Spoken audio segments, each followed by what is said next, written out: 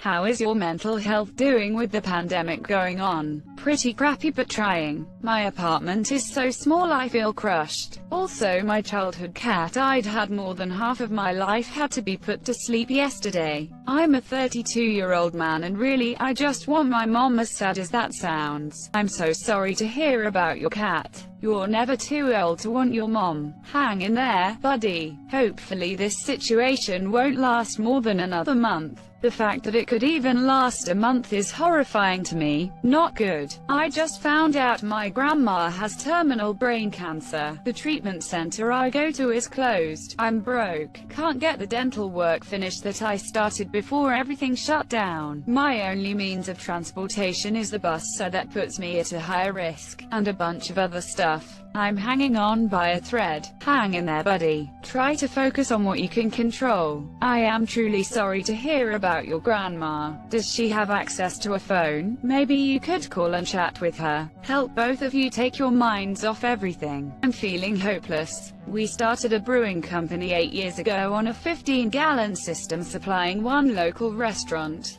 4 years ago we got investor backing and loans and got a system 20 times larger and started selling statewide. Between our brewery, kitchen and tap room we had 22 employees. Last year we decided to open a second tap room and restaurant that was slated to open mid-April, taking out loans to build a new place. Our business is now down to a trickle of about 10% of what it was, and we have had to lay off 80% of the staff. With no end in sight to the crisis, I just don't see how we will continue to operate. I don't know where you are, but I know we take a lot of pride in our local breweries in Memphis. I know your city is rooting for you, and I hope you make it through. Well, my mom got sick and died 2,000 miles away, and I couldn't travel. The hospital wouldn't have let me in anyway. So I'm going to her funeral via FaceTime tomorrow. Beyond that, or in addition to it, it feels like the world is ending. You're also kind, and I appreciate it. I'm trying to thank everyone individually, but I wanted to know I'm reading your comments and taking comfort in them. And thanks for the gold and silver. I want to hug you. No touching. Terrible. I already lost one job. My boss at my other job is being completely psychotic and demanding free work from me, and when I said no, she said she would have to cut my hours of that.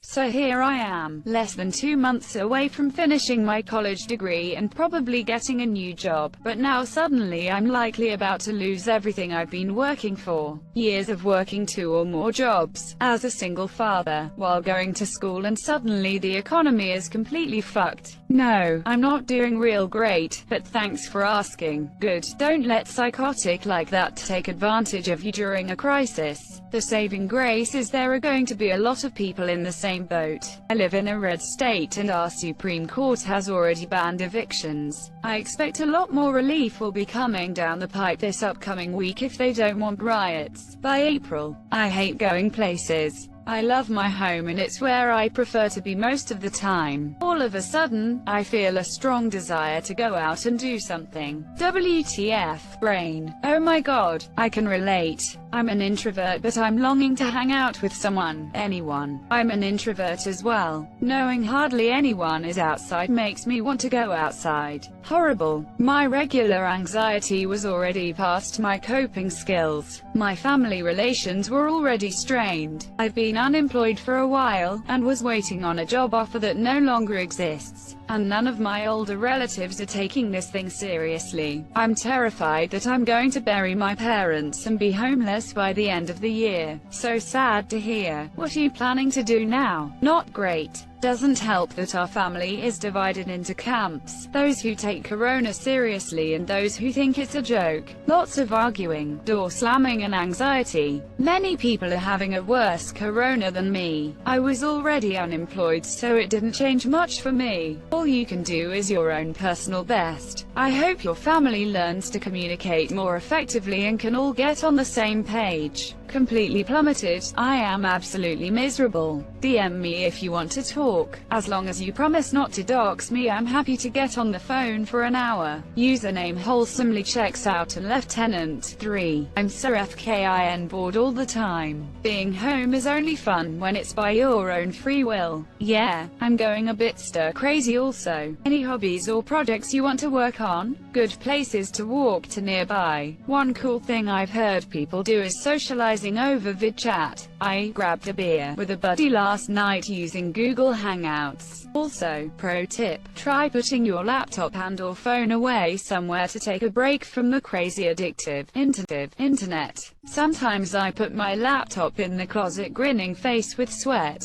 I need to put my phone away, but I keep hoping they will close my work so I can stay home. I was on sick leave from November to February. My father died in November and I got a diabetes diagnosis. It was a depressing time and I was so happy to start my new job. The child welfare agency I work for gave me leave with pay and I am beyond grateful. But I am slowly wanting to sleep more. I have to remind myself that by sitting my butt at home, I am playing my part. I have food, Wi-Fi and cats. It could always be worse. So, it's depressing that I'm literally watching the world stop. I hate it. I hate seeing businesses going under, and I hate not knowing. But the solitude is giving me some peace. Your perceptions are totally valid. This is a very scary time. The uncertainty is a legitimate source of anxiety. However, you have the opportunity to help others. Courage is only possible in a climate of fear, so you have an opportunity to be courageous. Humanity has been through worse, and you have everything within you that has carried humanity through all of the horror of history. I need to stop reading so much news. The other day I was reading about the symptoms and then started getting shortness of breath, which caused me to have a panic attack and I almost collapsed because of it. Haven't had a panic attack like that before and it was scary as I have no symptoms and have never been hypochondriac, so I can't imagine people who are handling this. Hi, I am hypochondriac and suffer from generalized panic disorder. Have been in therapy for 5+ years. Thought I was starting to get a handle on things, and I'm handling it not well. If this is your first brush up with panic attacks and stresses like this, I'm so sorry. It really sucks and it's hardened. All I can recommend is first and foremost, breathe.